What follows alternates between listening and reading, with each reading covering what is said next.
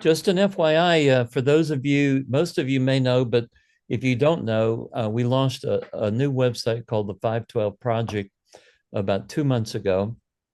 And the purpose of the 512 Project is based on Acts 5:12 that says the apostles did many miraculous signs in the public colonnade, basically where the people would see them. And so what we want to do is highlight supernatural stories in the marketplace. If you have a story, we'd love to hear it.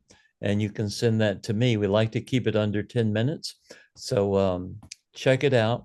The 512, the number 512 project.com, the 512project.com. So that will encourage you to really see God in the miraculous. All right, we're going to go ahead and get started with it, tonight's call, and we've got Brett Rademacher with me. If you were not on the call 3 weeks ago, um, we had an introductory call with Brett, who I've known for 20 years, and I first met Brett when he was going through his own Joseph Pitt experience, and we got to know each other from that, and hadn't really had a great deal of contact over the last few years, and then he saw my heart attack on Facebook and it scared him to death. So he called me and made connection with me. And a year ago, I had that heart attack. I didn't have a heart attack. I had quadruple bypass surgery. I was a heart attack waiting to happen. But I'm A1 now, doing great, playing great golf and just loving it. So, uh, so what's happening right now is that Brett had a vision for something called the Shofar Global Network about 20 years ago, and the Lord did not allow him to birth it. He's had a history in his career of being a real master marketer online and doing a lot of internet programs, and he's the Jack Nicklaus of internet marketing, and I mean that genuinely. And but God had to refine him, just like he's had to refine a lot of us in terms of understanding what it means to be led by the Holy Spirit in business and all that we do. And so what we're going to talk about tonight is, what is the Shofar Global Network, which Brett is birthing. And I want to read our time by sharing really what is the Shofar Global Network. It's a God-inspired worldwide network for believers providing alternative information, self-sustaining resources, and opportunities for successfully living in these turbulent and trying times. Its purpose is to help you be independent from the world system as much as is humanly and spiritually possible by providing alternative information and training based on truth, access to self-sustaining products and resources, and business opportunities worldwide relevant to these financially, politically, and spiritually turbulent times we're living in, and delivered through a global network of like-minded believers. A large part of this vision is centered on being self-sustained during this next season. And one of the things I just want to say what this is not another network marketing program where we're going to try to, sell you on a bunch of things. It does have a marketplace element and it can make you some money, but it's not going to be, a whole, trying to build this and that. It's going to be really spirit led, and I think we're all tired of that whole model. And so, be at peace about that, and just let things develop and see how the Holy Spirit might want to develop this thing. And so Brett and I didn't even have an agenda tonight, so we're just letting the Lord lead on whatever He feels led to share. In this year's presidential election. Thank you for doing for us whatever we ask in the name of your son. Okay, I think we need to. So just as a foundation, remembering Daniel I forgot to mute was all. in the government. Okay, there we go. All All right. right. You got it now, Brett. Okay. All right. Well, first of all, Thanks, Oz, for having me on. Thank you, everybody, for your time. Um, when I do these kind of meetings, I've done so many different types of meetings over the years that I'm used to getting up and not even having notes and just really speaking where I feel the Lord's leading me. And one of the things that's always hard is when people come to you and they say, well, write up a mission statement or something that encapsulates, what you're about. And as a general, in my opinion, they all sound pretty corny, but it's like people want something to wrap around. Like, so you'd say like, okay, what was Jesus's mission statement? Well, dang, that'd be kind of hard to write and really define what he is to you and how he's impacted your life and where he's taken you. So I don't like saying things over and over again when they've been recorded, because people that have been listening before, it gets kind of boring. And so the last meeting we did, that's online at the shofarglobalnetwork.com. Oz has a copy of it. It's edited. It's a shorter version, so you can go there. So a couple things that I want to cover here is there was a couple things in that description that Oz read that I want to clarify. When we say independent or self-sustaining, there's a lot of stuff that's going on in the news. There's a lot of prophetic words out there. There's a lot of things happening. And in 2009, God led me to do I say tricked because it wasn't like flat out up front I was going to do a 40-day fast. First, I'm supposed to do a 3-day, at the end of that, then 10 days, and then towards that 40 days, right? And that's water only. And I know without a doubt, he got me through it, because right when it's over, I would have eaten anything. I went from just kind of hungry to absolutely ravenous. And not long after that, he had me write a document. And at the time, I didn't even know what was going on. I just felt led to go into my office, and I started writing. And every day, this went for a month and a half. I've never been spirit led like that before, over a continuous period, every single day, meaning how long I was going to work, what I was supposed to do. It just was an absolute flow for about a month and a half. Some days I'd be in there 12, 14 hours a day. Some days a couple hours. I got a couple days off here and there. And it eventually ended up being a 150-page document. And it was on 18 areas of mass deception. Now, this is going in 2009, but it was 18 areas of mass deception going on in the world. And it's more relevant today than it was back then.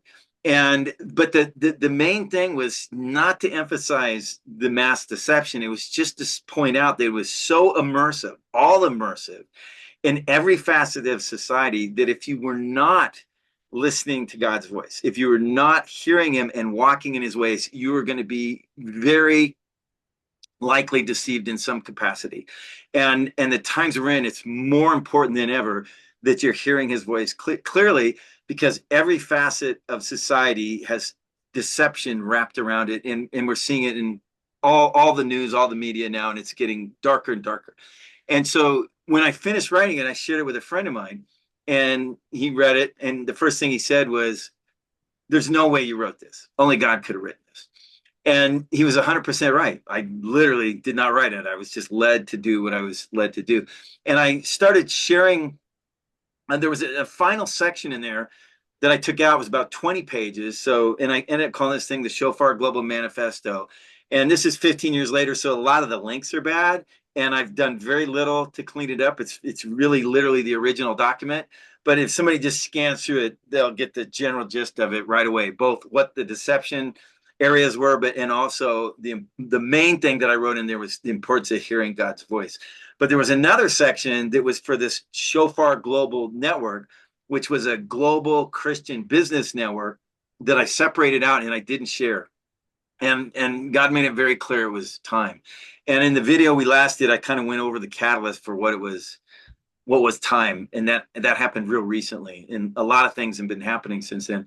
But what I want to talk about is one of the main things that we're supposed to do with the Shofar Global Network that Oz and Tim were talking about. They got their flight. And you don't have to get a flight, only if you want to show up in person. But a year and a half ago, Greg Moyer, through a series of connections, weird events, contacted me and he said, Brett, I've got this project that I've been spending the last 4 years trying to get off the ground, and it's been the toughest thing I've ever done, and I need some help. And when he went on to explain it to me, and I immediately knew I was supposed to help him, because what he was talking about was something God had walked me through a number of years ago, where I ended up being a pioneer in remote sales. Back then I called it virtual sales, and one of the top guys in the world in my niche. And it was through what God had spoken to me and led me to, back starting in 1996. And and I'll tell you a story because it's extremely fascinating. So Greg spent 25 years in Silicon Valley, but when he was a young man, he was a Christian in junior high school, became a Christian. But when he got a little bit older, he had a Christian mentor show him a technique for activating his imagination, for being more creative, but it originated from Christian monks using it to meditate on scripture during the Dark Ages. And so Greg, a number of years later, was in a business situation where he's kind of desperate for some good ideas. And he thought, what the heck, I got nothing to lose. And so he tried this technique. And the next day, he just smashed this presentation, meaning it was a great presentation. And then he got to wondering, I'm going to need to have this again, because he's in Silicon Valley, very high pressure, got to perform, got to deliver. And so he started on this path of studying all these great inventors and innovators and creators throughout history. And he discovered there was a pattern, and he now calls it a 7-part framework. But there was a pattern they all used to come up with their ideas and their creations and their inventions. And so as he identified this framework, he started applying it to himself in business. And he ended up coming up with 9 inventions and 10 innovations and for his industry. And with his clients, generated over $5.5 billion in revenue. And so what happened is he left Silicon Valley, and he felt like God was telling him to take this to the world. So he said, Brett, I need some help. So we started putting this thing together, putting some meat on the bones, getting it ready. But it was secular driven. And one of the things I kept saying to Greg, I said, Greg, there's a higher element. Even though God had used this same framework, I didn't know it was a framework. I didn't know it was something you could duplicate. I looked at what he was doing. I go, this is exactly what God walked me through. And one of the things that Greg points out is this is the way your brain is naturally wired to be creative and inventive and innovative. So it's all there. We all have it.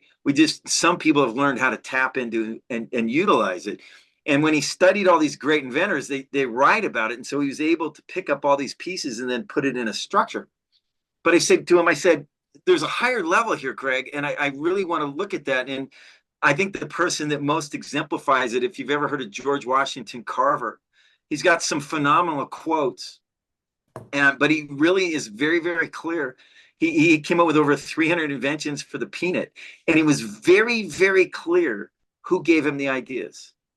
And I said, Greg, it was the same with me. Even though I went through this framework naturally, and you could apply it without being spirit-led, and there's many inventors and creators, there's a higher level of operating in that. And so we had these discussions numerous times. And then I shared this with Oz. I wanted to get his feedback in general. And he came back and he goes, you need to come up with a stained glass version versus a plain glass, meaning one that is more towards a scriptural and biblical reference versus one that's from a humanistic or worldly viewpoint.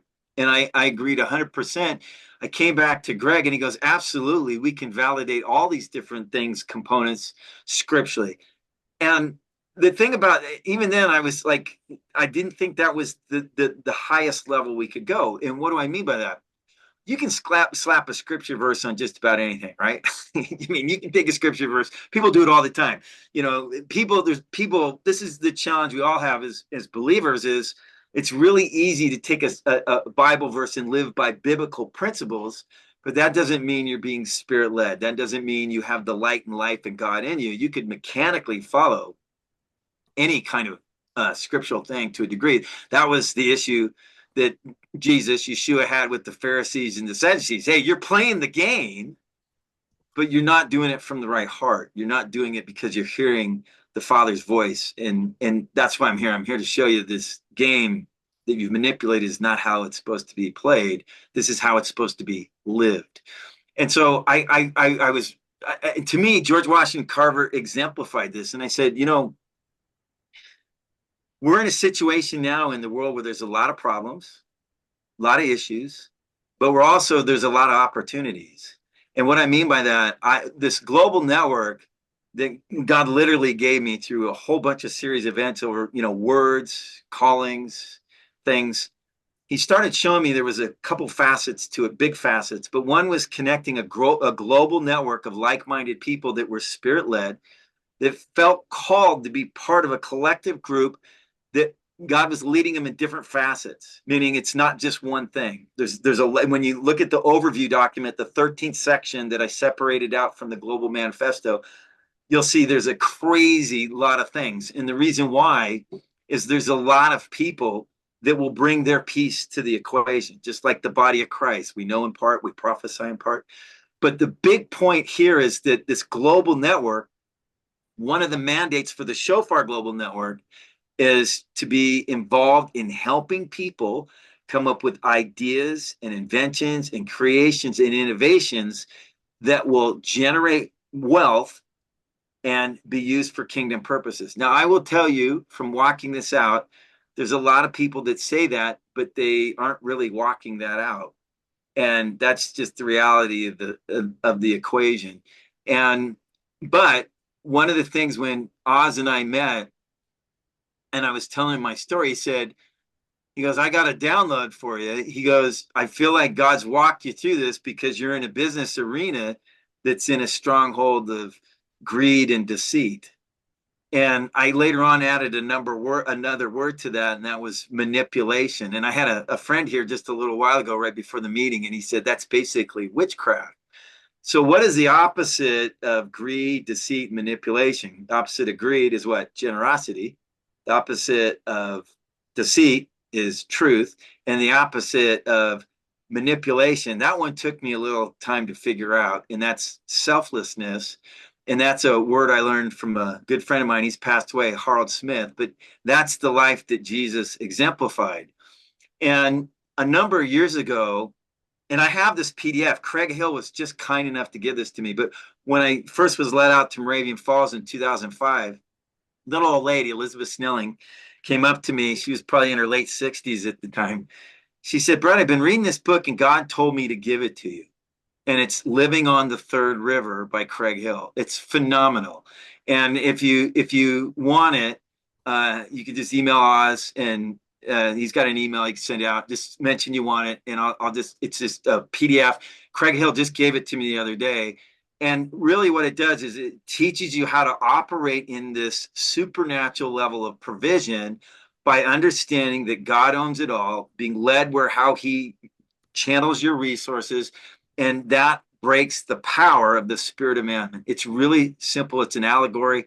It's an amazing book, easy read. And he just gave me the PDF to give away to anybody that wants it. You don't have to fill out a form or anything to get it. Just email, say you want it. And it's one of the key pieces that God seeded my life with that really helped me understand this path that I've been on. So in order, Oz invited me shortly after we met, he invited me up to a convention up in Minneapolis. I think it was the fall of 2004. And they had a gal there speaking, Linda Rios Brook, red hair, firecracker personality. And she was talking about her experiences in the marketplace. Now, she's a Christian, but she's the general manager of three secular TV stations. And she said Christians would give her a hard time about that all the time. But that was one of the key tenets that Rich Marshall wrote about in his book, God at Work, about how we are supposed to be in the marketplace. That doesn't mean we're supposed to be like hiding behind the church walls or being involved in just staying away from the world or non-believers. We're supposed to be right there. I mean, Jesus was right there. His disciples were right there in the marketplace. And that's what Oz is ministry and vocation and teachings are all about, is doing that. And so she's in this, hotbed, secular TV, and she's talking about this wealth transfer that gets talked a lot about in Christianity, prophetic movement, charismatic, gets talked a lot about. And she says a lot of Christians, when they hear there's going to be this supernatural wealth transfer from the wicked to the righteous, which is a little bit bending of scripture, but there is some elements there, and I'll explain why, that they get excited, like it's going to be the lotto, big bag of gold just going to drop on their front doorstep. And she said that's not how it's going to work.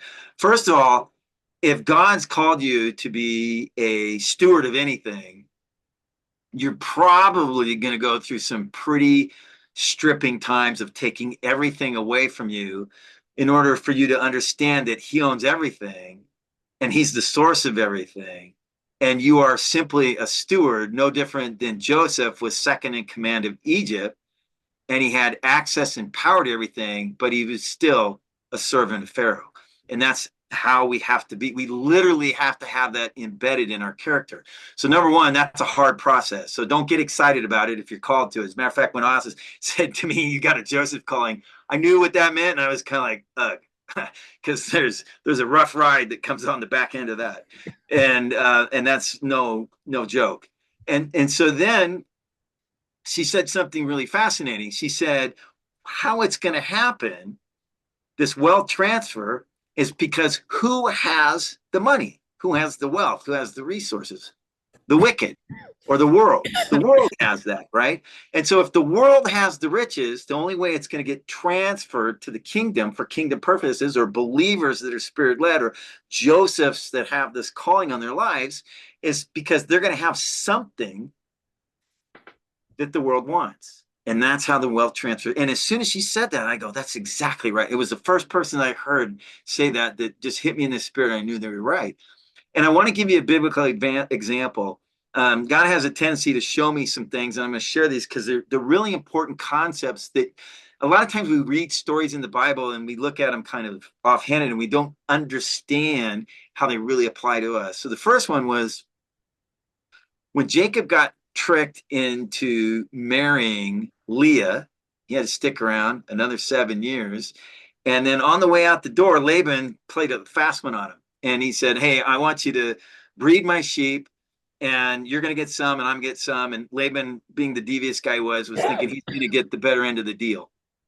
But what happened was God gave Jacob a supernatural strategy for watering the sheep with the reeds. So his allocation of sheep was much more than what Laban intended. And guess what? There was a supernatural wealth transfer.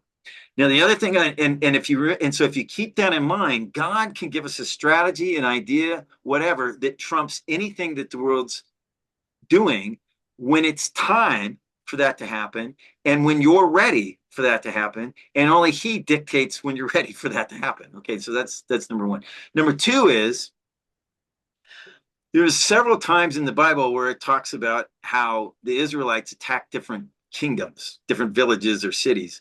And there was different mandates, like you can have everything, you can take some things, or don't take this. And there was one occasion where a couple guys, they took some silver idols, buried them in their tent, and all of a sudden there's leprosy in the whole thing. Come on. And that was a curse. And then they dealt with it. But the lesson there for all of us to learn is that anything that's not been assigned to us is cursed. And this is so oftentimes when, especially people that have a Joseph calling, or, they're in, it says, if you're a follower of Yeshua, follower of Jesus, you're going to have trials and tribulations. Now, when I was younger, I thought I just didn't get the concept. Well, there's a reason why. Those trials and tribulations are what shape your character. It's what you're going through a process in order to get out of you what God's put into you, but will only come through those hardships that force you to lean into them. Okay, we have to have that happen. But these curses that come on people when they have things that they shouldn't have, God has to take those out of their lives, because they're things that will continue to be a hindrance in their path. That's why so many people lose everything. It's stripped away. And this was the point of the parable of the rich young ruler. Now, it didn't have to be money. It could have been the guy's dog. It didn't matter. What did matter was there was something in his life that was keeping him from fully manifesting the Spirit of God in life in him. And the only way that was going to be taken care of is he had to make a decision of who was the God of his life. And so that's the same thing that we all have to go through. And that's not a one time, that's a daily thing. So as we were going back to what I was talking about earlier with this Renaissance thinking, this framework for being inventive and creative and innovative, I really got to bring in George Washington Carver full center on this. And so what we've done is we've taken Greg's training, which the original name was Renaissance thinking, because this concept of activating your imagination really came to full front of being in the creative area of the Renaissance period. But even like, for example, if you've heard of Steve Jobs, who founded Apple, he was a major fan of Da Vinci, who Greg really demonstrates how he used this framework. So what we're going to do here is we're putting on a series of progressive events in relating to this. And this first one, it's just open. Anybody can come. It doesn't matter if you're a member of the Shofar Global Network, anywhere in the world. We're going to do a live event in O'Fallon, Illinois, which is just 20 minutes east of St. Louis, Missouri, September 13th. And you could show it with it's set up to seat 400 people, but we could put 1,000 people in there. We're not going to have that many. So it's not like, I don't think we're going to have that many people in there because we're rolling this out late. This is our inaugural event. We're testing technology and taking this to the world. So it's only $40. So if you show up, it's $40. If you watch online, it's $40. And then if you want a lifetime access to the edited videos online, it's another $60. So it's really hardly anything at all.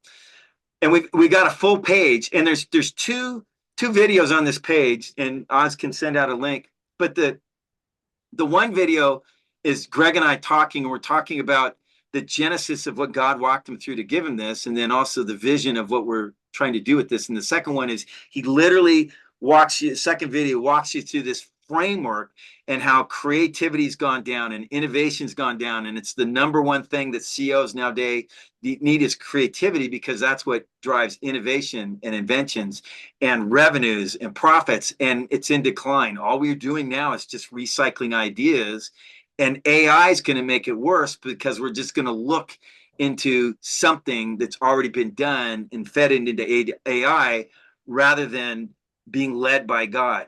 Now, here's what we're trying to accomplish. And this is what we're, I believe, going to accomplish. And that is, if you look at Joseph and you look at Daniel, they had influence over the entire empire of those leaders: Pharaoh, Egypt, Nebuchadnezzar, Babylon. Why? Because those guys had a major problem. They had a dream that was disturbing, a dream they didn't understand, and the dream created a problem, and they needed an answer. Okay, they needed somebody to give it to them. And I believe what the power here is this natural framework that Greg came up that anybody can apply. You don't need to be a believer. You don't need to be spirit-led. And it's based on how your brain's wired. And Greg's done a ton of research over 25 years. It even shows science has verified it. But what the real element is having revelatory insight, being led by the Spirit. So one of the things that's going to happen at the live events is we're going to have people there, people I know, good friends probably of Oz too, some of these people. But every live event, we're going to have people that have a very long track record of hearing God's voice from an intercessory capacity or prophetic capacity or a revelatory capacity that will pray for everybody that comes to this. Now, what's the end objective of this? Okay, you got a question? Fire away. Yeah, I just want to interject something here, Brett. When you first introduced me to Greg and the Renaissance thinking, originally Greg had wanted to make that program $2,500,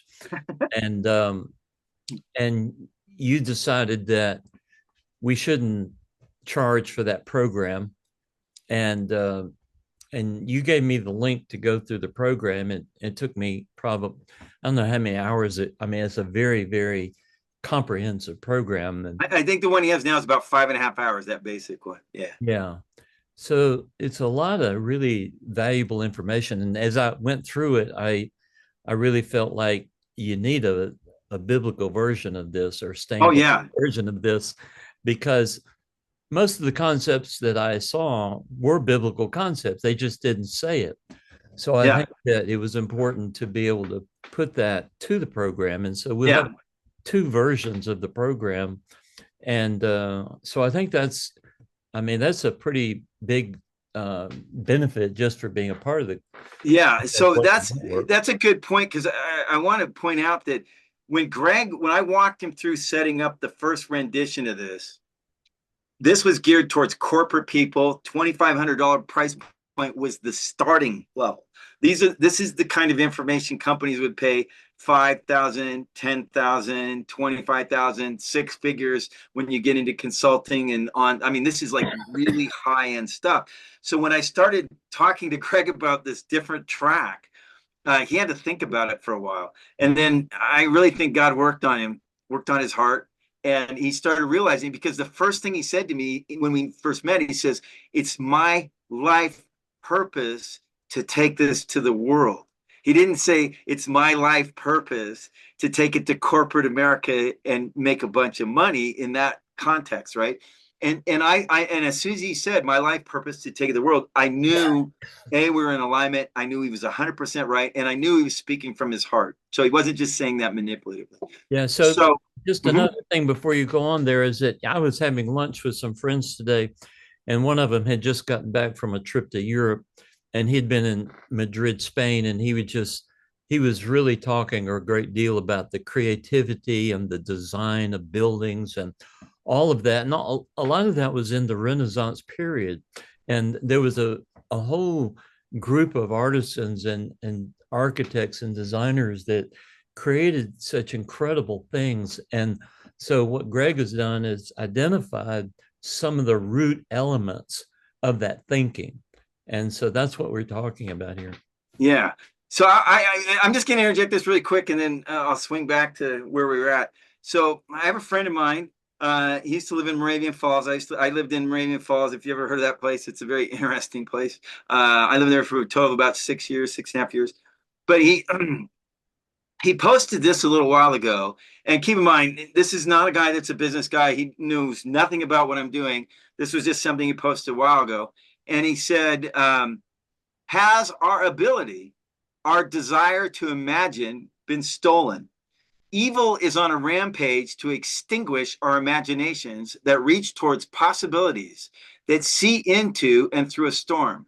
God incubates what waits for us. It is time to imagine the God who creates." Holy cow. I've got it on my notes to contact him. I'm going to ask permission to use that, because that is absolutely profound. Obviously came out of the Spirit. When I read it, I was just blown away. I was just like, wow. So there's there's this basic seminar. Now, eventually the seminar, we got Darren where we're holding this. God supernaturally activated me a few months ago, and on my way back out to Raymond Falls, I stopped by to visit Darren. We've known each other for 20 years. And he said repeatedly, "Brett, I know I'm supposed to do something with you. I don't know what it is." So I'm driving by him, and he says, "Brett, stop by for dinner." Afterwards, he said, "Hey, come by and take a look at my church. I want to show it to you. I'm wondering why." And then he says, "You can launch the Shofar Global Network out of here. Like, you can do it. Like, we're launching this out of here without having to pay a big fee to get out the door, right?" And then, so this is our inaugural event. Down the road, it would probably cost for our members $297 to $397 per person, and then non-members would probably pay in the $597 to $697 per person. Right now, it's all going to be dependent on costs, and then we also, with our network, for referrals, people get paid commissions. But what we wanted to do with this one is we want as many people watching, whether it's online or in person. So it's just $40, like just as low as we could go, pretty much. We want to make this accessible to anybody. And if you can make it there live in person, awesome. If you can't, watch it on live, next best. And if you either can't do that and you want the recordings after they've been edited, or you want to get those in addition, you can do as well. But here's what I want to say. So that we're going to have a series here. The first is this seminar. It's one day. Then there's going to be people that go, man, I want to deep dive on this. I want to master this. I want this to be part of my life, whether for, your business, your career, meaning your job, your ministry, if you're in the arts, wherever you feel God's leading you creatively or inventively or in innovation. And keep in mind, the world's getting darker, less good ideas, less life-changing ideas. We're just recycling everything. So who's going to bring the revelatory knowledge? I believe it's going to be believers like Daniel and like Joseph. So the workshop is, it's going to probably be a 2-day deal, full on, hands-on, advanced stuff. So you get into the mastery mode of really applying this as a lifestyle versus just getting the concepts, which you can apply. But I mean, like we all know, it takes a while to really get mastery and things. So this would be the catalyst for that. Then there's going to be some people that are going to want to operate in a revelatory capacity in the marketplace, going out to companies, secular or Christian. And when you talk about the prophetic or the intercessory roles in the open marketplace, as a general rule, you're going to get scoffed at, laughed at. You're not going to get a lot of credence, right? The reason why Joseph and Daniel had credence is because they gave information that the king couldn't get anywhere else, and it was valuable. So when you have information that a business values, you get an audience, especially when they have a problem. And a lot of times in business, the problem is making more money, making the business profitable, coming up with new ideas. And so you can come to a business, secular or Christian, and have a framework that has worked in the natural, proven in Silicon Valley. I mean, like Greg did this with multi-billion-dollar companies, Microsoft, Dell, Siemens. He's got a list of like over 80 clients that he deployed this with just by himself. And so that's a door opener. It's a door opener because it's proven in a very, very tough arena, Silicon Valley, with major corporations. But the real firepower is by operating where you're hearing God's voice and getting revelatory insight into what's going on to come up with ideas based around that framework. But the framework gets you in the door, so to speak.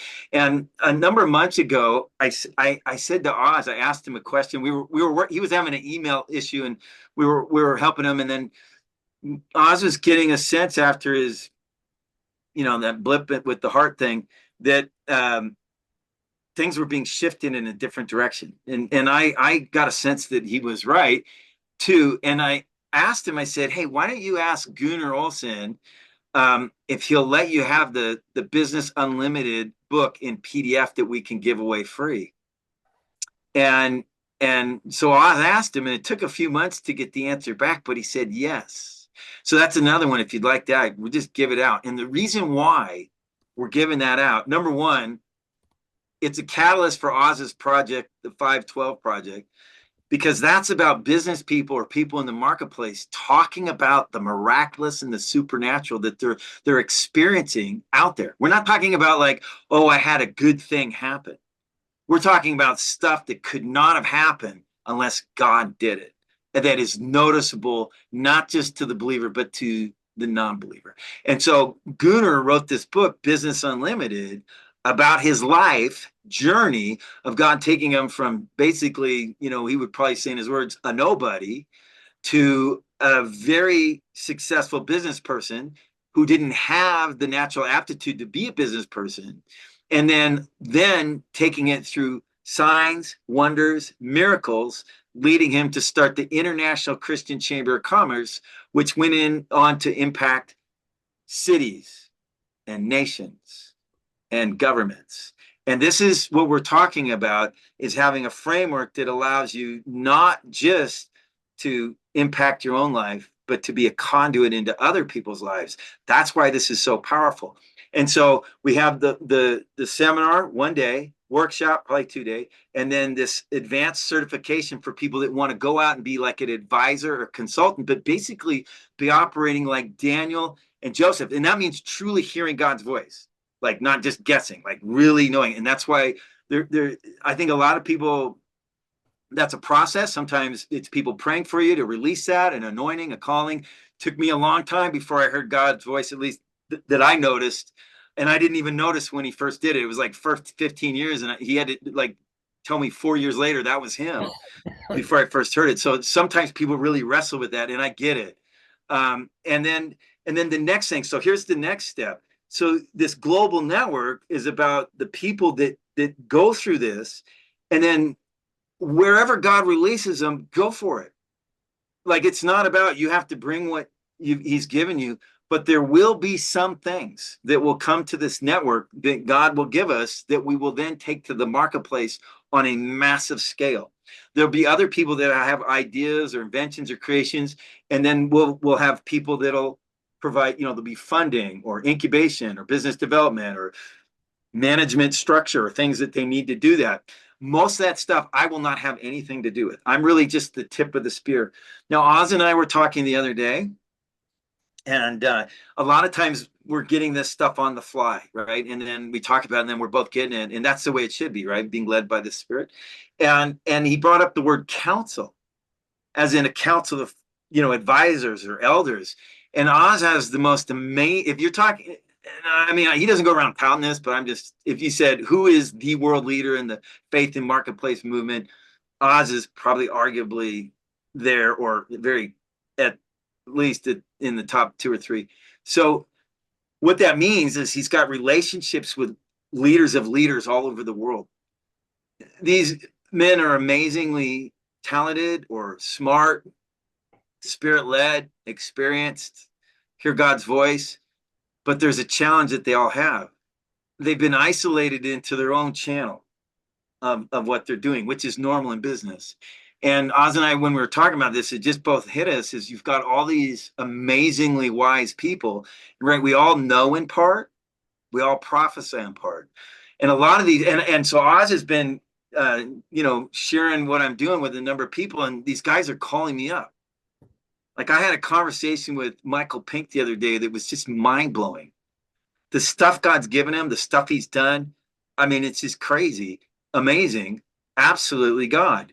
And yet he's only able to influence within the pipeline his own niche, right? There's a much bigger audience. I talked to Chuck Ritka. He's called to global banking. So my responsibility or calling is to help really drive this network as fast as possible on a global basis, but to give the platform so that these really wise individuals who have a piece of the puzzle, we all have just a piece of the puzzle, can collectively communicate so that the people within our network and beyond are getting the multifaceted pieces they need to operate holistically out in the marketplace. And I think that's a big part of what we're doing. And so I don't know I think I'm pretty good. Anybody got any questions? The other day, Brett, while we were on the phone, I got this just download for the word organic. Yeah. And when I think of what we are doing right now, it's very organic in the sense that it's not a lot of formulas, not a lot of structure. But there's a vision, there's a big vision. And, I've been involved in a number of initiatives by organizations trying to do a global network to really move the needle on the culture. And it's been, quite honestly, very frustrating, as I've gone through at least 3 versions of that did not achieve. This is, if you look at my Shofar Global Network overview document, it's in PDF and everybody can look at it.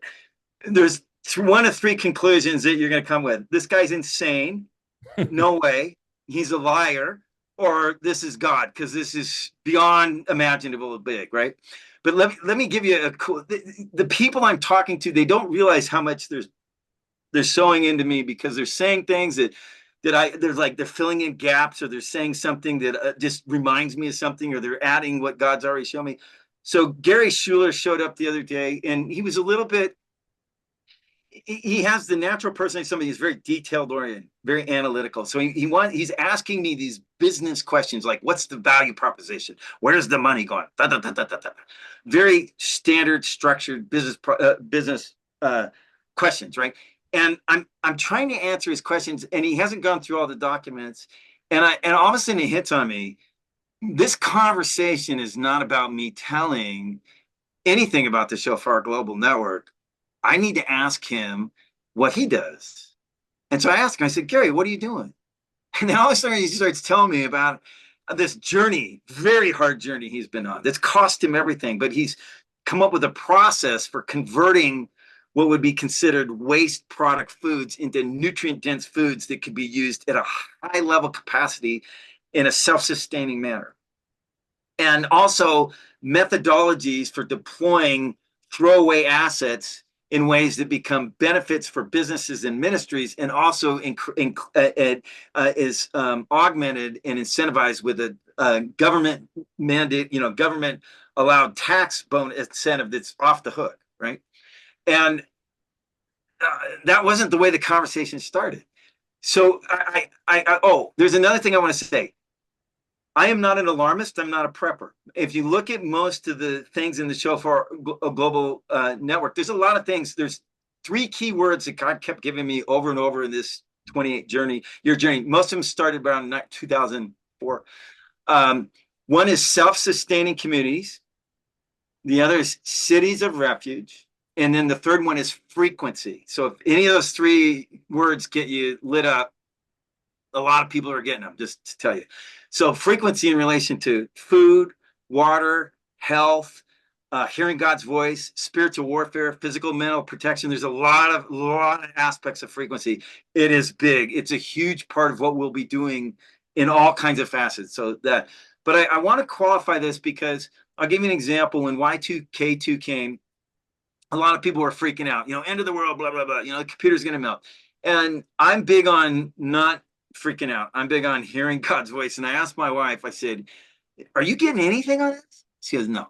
We didn't even buy an extra bottle of water.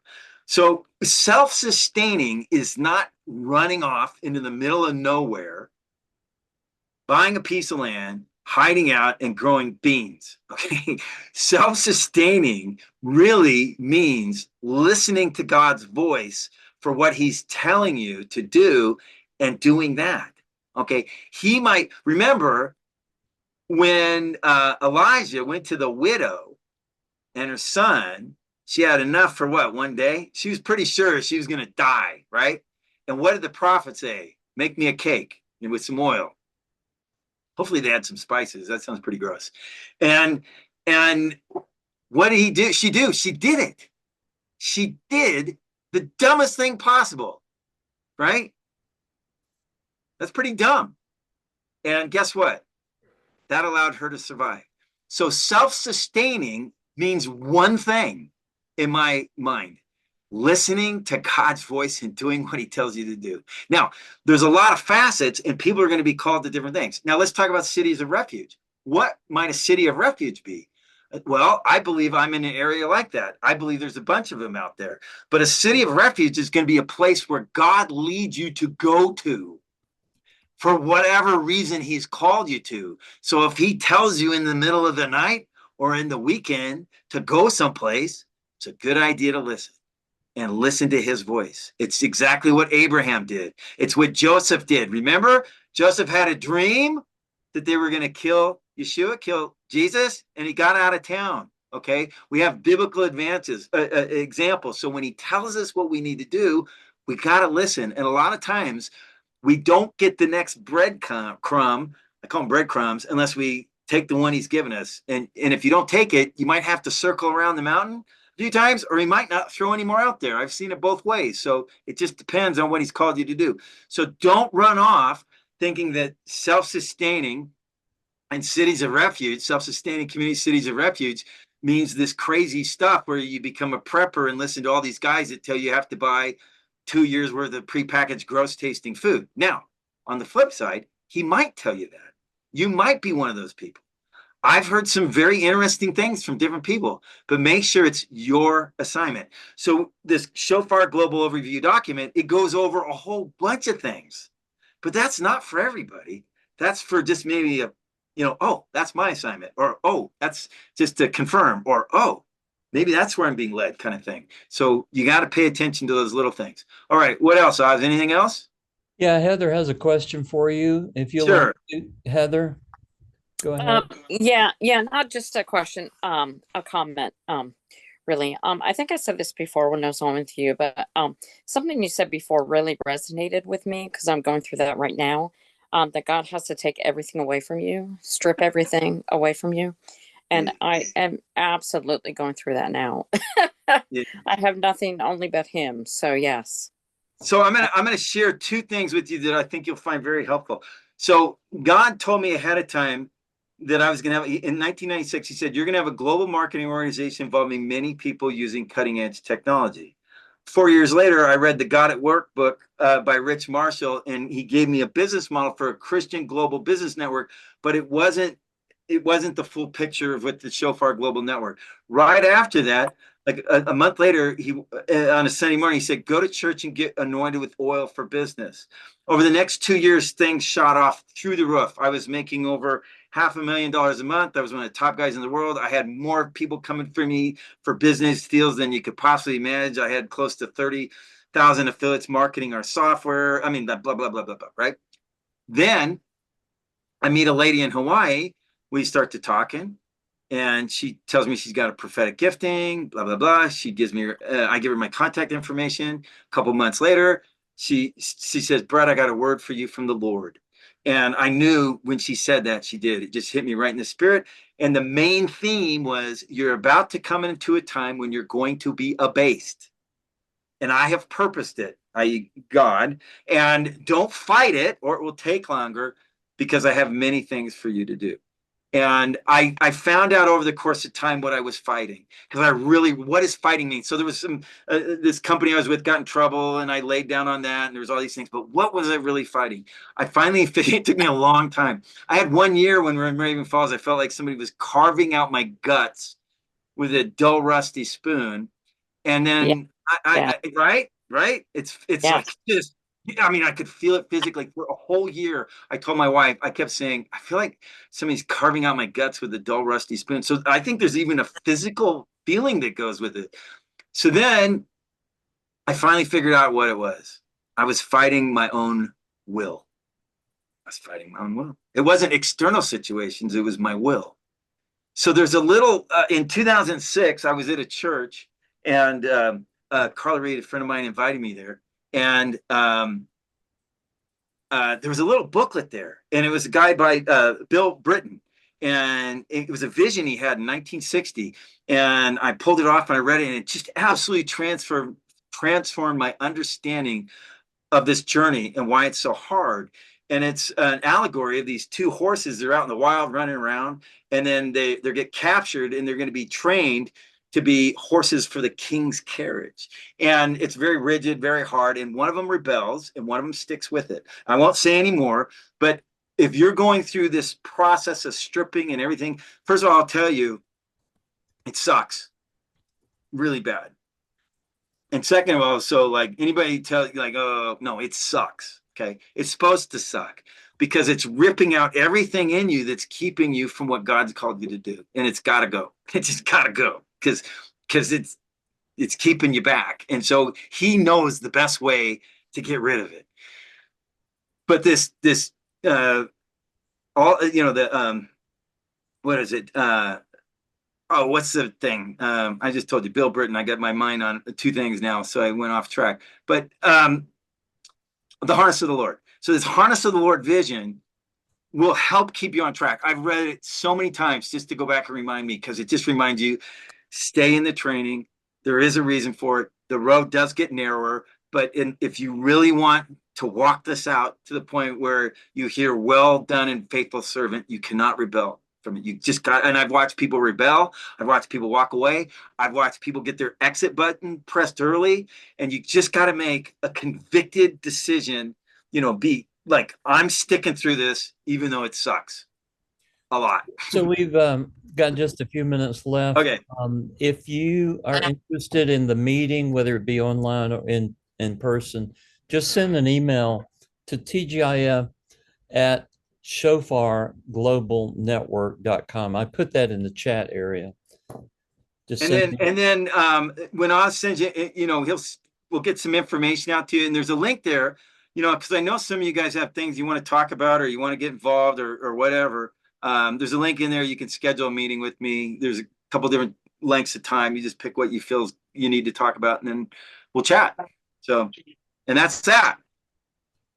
If anybody has one last question, just unmute yourself and throw it out.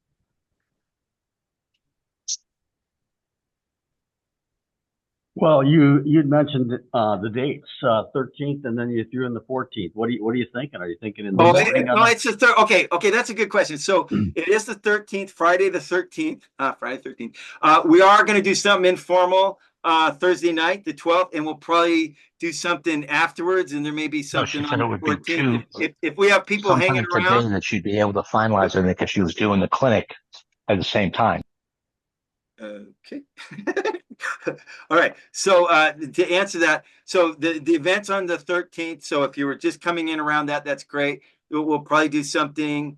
We've got full access to the church, so we probably do something the evening before and then afterwards. And if we have some people sticking around, I love hanging out and chatting. Who knows what happened? Nothing formal, but I do want to tell you, we're going to have some people that really are anointed to pray and impart things into people's lives. And if God's calling you to be in a position of revelatory information in the marketplace, it can happen anyways, but I've been in places where there's been a certain person there that was supposed to pray for me and give me a word that's made a huge, huge destiny changing difference. So just pray about it. If you're supposed to be there, great. If you're just supposed to watch it online, great. If you're supposed to go play baseball, go do that.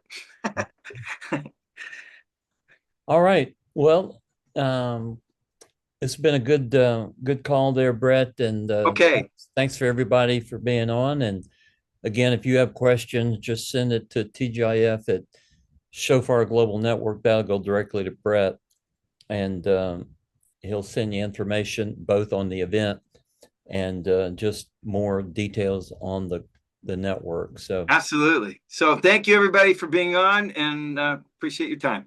Yeah, good to see you okay. guys. All right. Bye-bye. Bye.